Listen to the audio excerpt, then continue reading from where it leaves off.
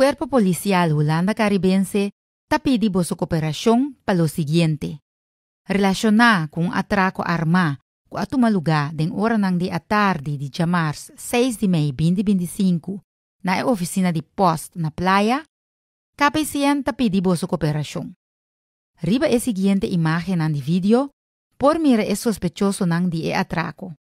E hombre nang ayega den un pick-up color blanco. Nang abaha y 30 pa den, cada uno cara tapa com un arma de candela den man. Nang a obliga presente nang bau de menaça pa para quieto. Un di hombre nang a queda na entrada, mientras que otro abula pasa riba e bali y abai ku e casa nang. Aqui abai com un suma de 100. Algo después, polis arranha e vehículo ku ahuya den e área de Jatobaco. E sospechoso nang ta cumpli ku e siguiente descripción. Sospechoso 1 ku a pasa riba e bali, tem postura delegada e tava tem hoodie color chinichi com manga largo, calção largo color escuro e sapato preto vesti.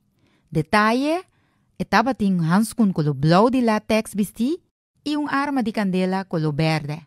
Sospechoso 2, ku a queda para na entrada, tem postura diki e ancho e tava tem provavelmente jeans color blau clar, hoodie color escuro com manga largo de qua parte riba e cabeça ta color clar com desenho riba de. KPCN ta pidi boa ajudança para localizar e sospechoso nang.